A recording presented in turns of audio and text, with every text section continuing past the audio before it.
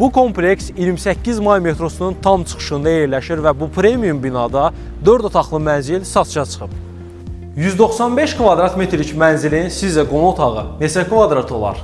Gəlin göstərim. Tam-tamına 50 kvadrat metrlik geniş qonaq otağı, 3 vitraj pəncərəsi və birbaşa da baxır 28 may metrosuna.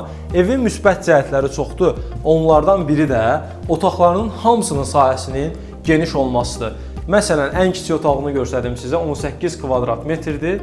Təmirdən sonra bu gözəl mənzildə yaşayış olmayıb və mətbəx hissəsi funksional və çox gözəldir. 22 kvadrat metrdir.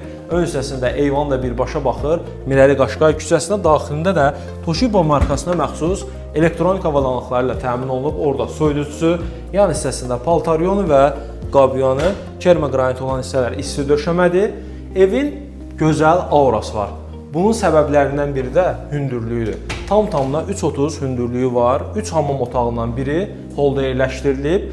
2 hamamı isə yataq otağının daxilindədir.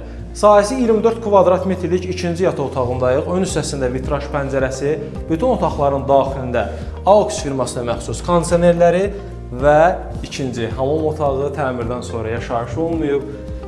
Bir daha hol hissəsini görsədim, funksionaldır. Bunun səbəbi isə daxilində dərin dolablarının olmasıdır. Keçirik sonuncu, 4-cü otağına.